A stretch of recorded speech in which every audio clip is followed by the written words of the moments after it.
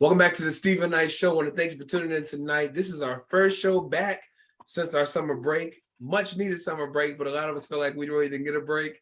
But thank you for joining us. I want to remind you all over social media, Facebook, Twitter, Instagram, and of course, our official website, thestephenknightshow.com, where you can check us out on our Instagram page, The Stephen Knight Show, or follow us on Twitter, Stephen Knight Show, SHO.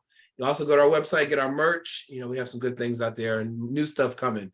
Check us out. But we are back. Lanier, Chike, Nair, we're back later on in the season. How are y'all doing? How was your break? How was your summer? Chike, go ahead. The summer's been okay. I didn't do many summer things. I haven't actually been to a beach yet. I haven't put my body in any water yet. Right. But it's been busy. It's been productive. I had a baby. Right. I just showed you. Yeah. It's been a busy summer. What about you, Lanier? The only water I've been in is the shower. Right. I have not even gone to the pool in my complex. I will say that, well, no, we're not even doing that during the summer. My boyfriend and I are taking a vacation, which is much needed, but we're not doing that till the end of September. So we will be on the beach and some water and some drinks and just baking like potatoes in Jamaica. It's been crazy. I can't wait until I can tell you guys I've officially left this job. Chike knows, but Stephen, what you said before we came on? Yeah. I'm ready to go now, but I know there are things I'm trying to do. Yeah. 2023 is my year. I hope y'all watching. No, right. Hope y'all watching. Hope you watching. Yeah. My summer was busy. I worked a lot. I will say that I did get to a couple weekends ago, I went home to Virginia, where I'm from. My dad turned 70 and we had a 70th birthday party for him. And that was a lot of fun. I got to see all my siblings. I got to see almost all my nieces and nephews, except for one of my oldest nephew. I didn't get to see him. He didn't get to come, but we had such a great time just being with family. Sometimes you just need that recharge. But I'm like you, Lanier. I'm taking my vacation in October, going to Cabo. Cannot wait. But counting down the days. But we are back, and I'm glad to be back. There have been so much we missed over the last few weeks, being out. But let me start with the question of the day. Now, what would your younger self not believe about your life today, Lanier? That my son will be 30 years old this year. Yes. Wow. What about you, Chike? Repeat the question for me, sir. What would your younger self not believe about your life today?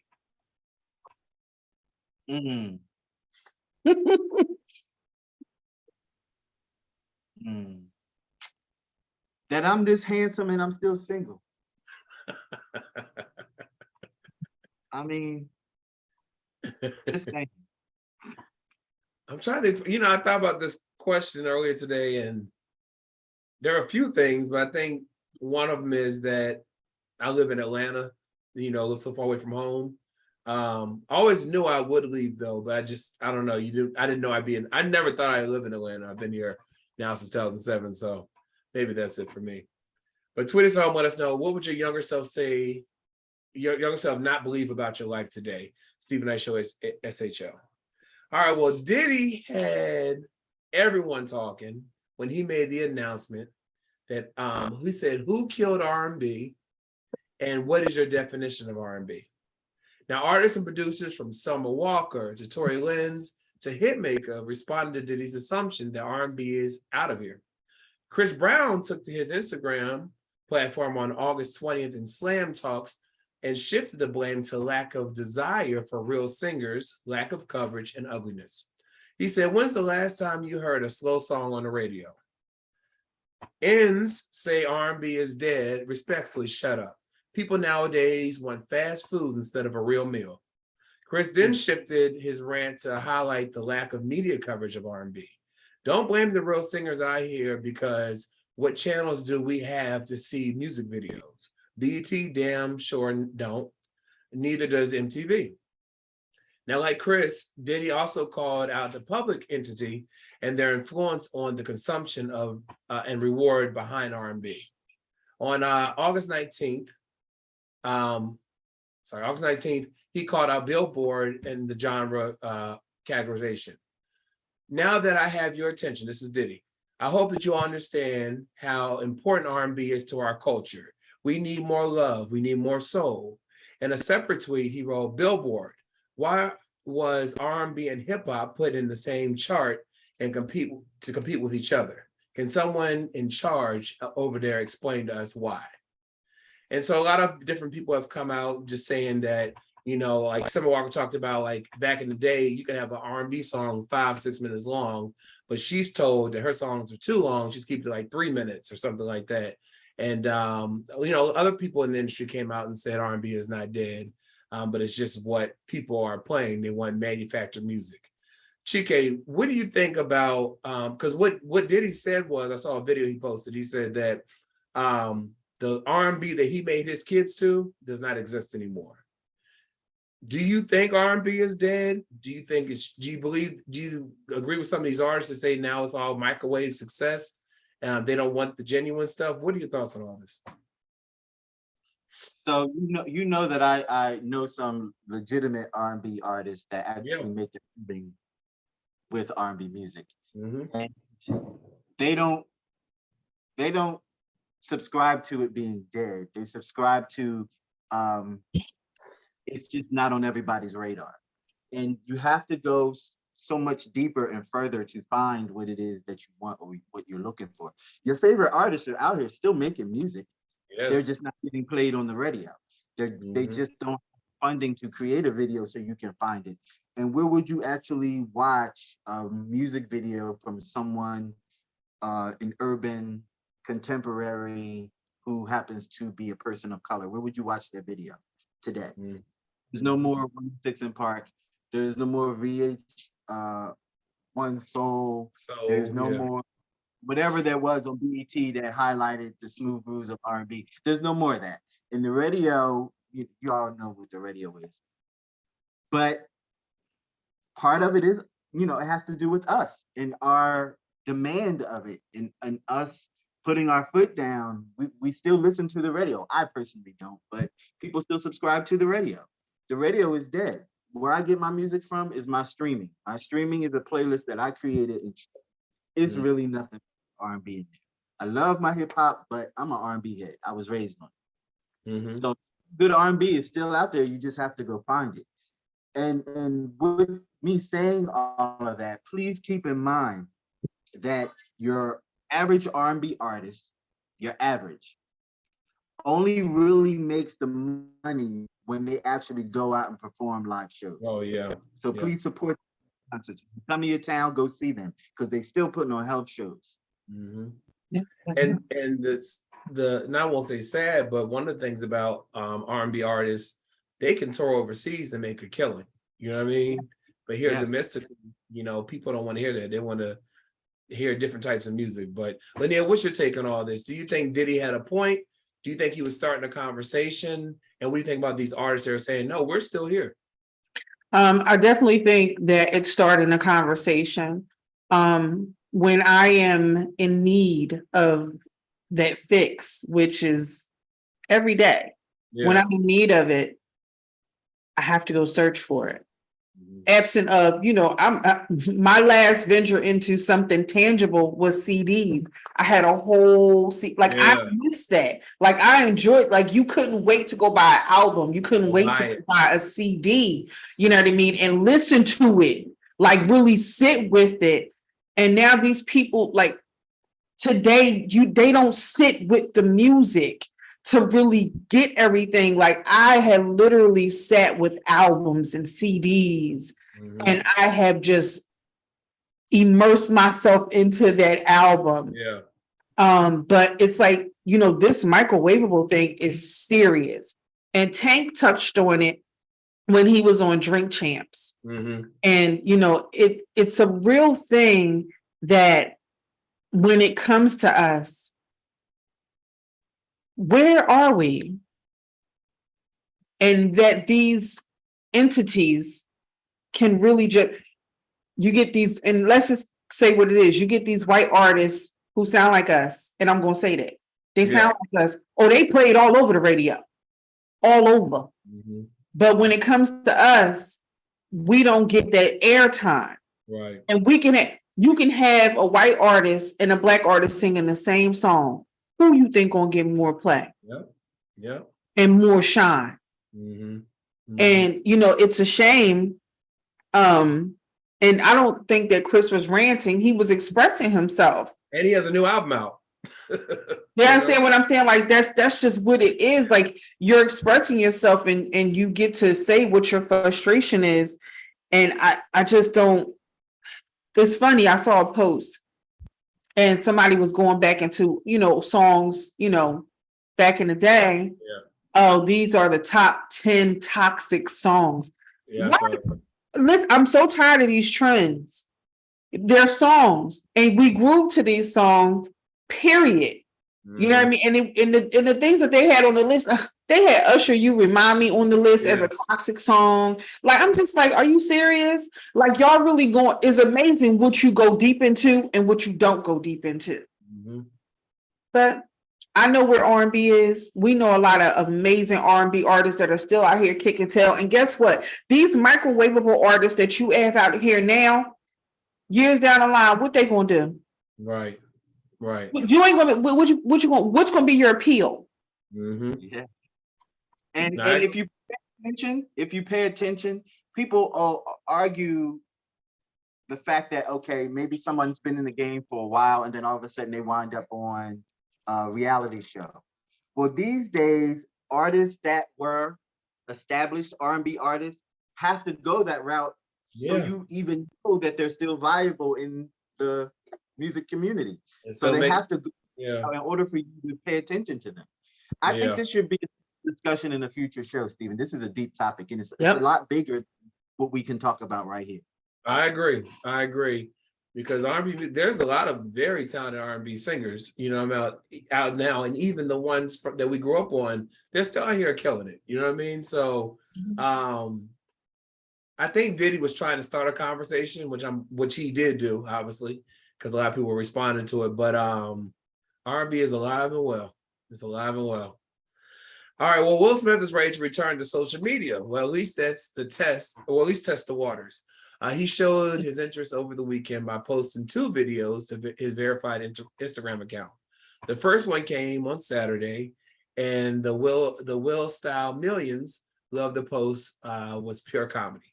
The clip featured a small monkey tapping a gorilla's back, facing the opposite direction. Mr. Gorilla swipes at the small tap before fully turning around and launching at the monkey. The clip ends. But what drew over 50,000 comments on the post was the video text. Me trying to get back on social. That's what Will posted. The overall vibe of the comment section was warm welcome. It was the first time fans have seen a jokey side of Will Smith since the infamous slap, where, he approached Chris Rock and slapped him on the face over comparison between a joke between Jada Pinkett Smith and G.I. Jane. The same night he did win the Oscar for Best Actor. But during the speech, he did apologize for an emotional response. But he did recently issue a second public apology on an explanation on YouTube. The next day, he posted another video on social media full of a spider that he and his oldest son, Trey, found. The post received over 220,000 comments. It's looking like Will is stepping outside of the curtains. So, after the whole Oscar slap and everything, people thought that his career was going to tank. But he's issued this other apology, not only to Chris Tucker, but also to his family on his YouTube channel. He did get some controversy because it wasn't a sit-down interview. It was him answering questions that people had asked him on social media. But do you think that there is a future for Will Smith to come back from all of this? I actually knew. Why not? All right. First of all, when Chris Rock is ready, then he'll sit down with Will Smith. Will Smith was answering questions that people wanted to know. So you can't please everybody. And whoever them people are, I don't care about them people. Because it becomes so frustrating. Why would he receive backlash? He's coming out. All right, let me answer some questions that people have. Period. Once Rock is ready to sit down, I would love for that to happen. Yeah. I'm not waiting on it, but I would love for it to happen. But he still has to live life. There's still plenty out here for him to do. I'm not canceling him. Right. But it's other people it's other orange people running around here. Y'all ain't canceled yet. Orange people, governors of Florida people, y'all ain't canceled them yet. Yeah. Green of Marjorie's people. It's all kinds of people out here. Y'all ain't canceled yet. Get out of here. I'm good. Right. Chike, what are your thoughts on him stepping back on the social? I mean, I don't see why it's a problem. I think that there may be a little pressure because I do think that Will probably has projects that are waiting in the wings, and those projects are waiting for him to get on good standing before they get launched because they want to make sure that the money's good. They're not going to release projects and it's questionable if you're okay or not. They're not going to do that. But what he could do and what he should do for Chris as an apology instead of talking about it is maybe create like a pay-per-view forum where he actually is going to talk to Chris. They sit down and have a conversation, and the proceeds go to maybe a charity of Chris Rock's choosing or something. Just something in good faith, saying, hey, brother, I'm sorry. Let's make something good out of this mess that we created, or I created. Yeah. Reports say that Chris Rock has no, I said Chris Tucker earlier. Chris Rock has no plans of speaking to him right now. He's not ready. But when he is, and we'll acknowledge that when he is, that but yeah, we definitely want, those are two greats in our community. We want them to, hash things out when they're ready, All right, well, Georgia have arrested 3 men in connections to a forced entry burglary at Mariah Carey's multi-million-dollar Atlanta home earlier this summer that took place when she was on vacation in the likes of Italy and the Hamptons. Now, Radar Online reports that the 3 men, since identified as Jeremy Caldwell, Terrion Anderson, and Jalen Huff, were arrested in Miami, Florida today. The arrests come nearly 2 months after the 3 reportedly broke into the singer's home in Sandy Springs on June 27th. It's not immediately clear what was stolen from Carey's home. Suspects recently broke into a handful of other celebrities' homes, and cops alleged that the 3 suspects also alleged broken into a handful of other celebrity homes in upscale Atlanta suburbs, with one incident resulting in a man being shot. They said that Mariah is very grateful detectives have arrived on the scene immediately, and those are her people close to the 53-year-old singer are saying that she's excited. She's excited that they arrested these people. Now, she had been globetrotting when her $5.6 million home was broken into. Authorities believe that the suspects likely knew that she would not be home based on the locations from her social media posts, documenting her vacation on Instagram alongside her 11-year-old twins and her boyfriend.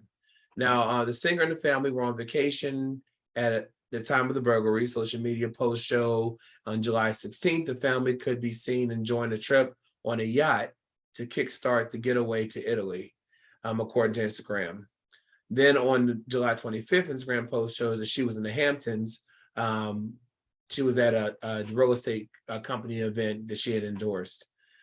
Page 6 says that she spent over 6 figures on a 2-week stay away in a luxurious $20 million Hamptons property. And I remember when Kim Kardashian got robbed in Paris, a lot of people say that when celebrities are posting a lot of where they are and what they have, that can happen. Chike, what do you say, first of all, that these celebrities are being targeted, but then the fact that they did catch 3 people that were involved? It's my belief that it's an inside job. It's either probably a personal assistant or somebody who's in the know of the schedule and knowing the layout of the house and with access and means. That's just my belief. And people need to stop posting stuff in real time all the time, especially if you're going to be home away from home for a significant amount of time. Yeah. People have gotten killed with that. Like people have died because of that. Stop doing that. Nobody's business. Yeah. Do you think when you're part of that luxury life, the celebrity, you have to post when you're on vacation and a yacht in Italy and all this stuff, or does it come with the territory, or do you have to be mindful of because of people's addresses are public? I mean, you don't have to be a celebrity to do that. You know, we know a lot of people who just post everything that they do. And what people don't do, instead of being in your moment, you worried about showing off for social media. I'm going to take my pictures and I'm going to be in my moment, but I'm not posting right then and there like that. And like and especially depending on where I'm at. Like if I'm on vacation, oh y'all, you might not even know it. And even if I did, it'd be after I got back. Like that's not, you know, sometimes I might see a beautiful sunset or something. So yeah, you know, that's what you're supposed to do. But in the world that we live in, you have to be mindful whether you are a celebrity or not, that people are watching and they're applauding and they're planning constantly. And like Chike said, 9 times out of 10, it's an inside job because you knew where to go. Yeah. You knew exactly what to hit, when to hit it, and how to hit it. Now, how you got caught is another story. Yeah. So, yeah, I mean, like, whatever happened to house sitters? What happened to house sitters? You know, people that had means and money used to get people to be in their homes when they went away, just to make sure or something. Yeah. Do y'all watch the show Rap Shit? Issa Rae's new show? I haven't watched it. No. Okay. Well, it's about 2 women. They're pursuing a career as Miami rappers, but they post everything. They're always live, documenting their thing. And so one of the girls, she had a bad day, and so she decided to go to Miami Beach for the weekend. You know, like going to the actual beach, South Beach, and her and her friend, they got these jet skis and everything, and she's busy on social and dropped her phone in the water and was lost without it. You know what I mean? It's like, can I just drop some real life here? So Lania and I, you know, we're normally together a lot in social aspects. Yeah. And we've been in the company of quite a few celebrities. And one of the things that I picked up is it's disrespectful for you to be allowed beyond the velvet rope, right? So to speak, and act like a groupie or act like you're that person with the phone all the time because you in that environment. They just want to be real people too. So that all that fanfare in the phones and the live, that's corny. It is so corny. It is. And if you're doing it, like I think Beyonce is like the perfect example. She had people sign NDAs for her parties. Just went through something with the release of her album. Listen, y'all know how it is, and y'all still trying to sneak stuff, and people got kicked. You got kicked out. You got took, and you got kicked out. Why would you? What is it really worth? You know what I mean? Being ostracized and never being in that space again, just to get that shot. Because it was one time Chike and I were out. I think we went to go see Faith in New York. We out there, I don't know if it was New York or Philly, but I know we saw Faith more than once. Yeah. And you know, it's like, I'm happy to be in this space. And it wasn't until Chike was taking pictures. They were all taking pictures. I think it was after the show, Chike. I just don't remember which one it was. And Faith was like, come on and take a picture. She said to me. That's how I got my picture. I didn't ask. She said to me. You understand what I'm saying? So that's how I got my picture. Even with him, you know what I mean? It's like, bring your behind over here, take this picture. Yeah. You know what I'm saying? Like that shows a level of some form of trust and comfortability. All right, cool. They not in my space. You understand what I'm saying? Like, but people just really take advantage of, and you don't understand that once you're invited in that space, you have 2 options: act accordingly or act a fool. Choose properly. Yeah. Yeah. Well, we'll take a quick commercial break. We'll come back. We're gonna find out what plastic surgery is replacing the BBL and a few more hot topics right back after this.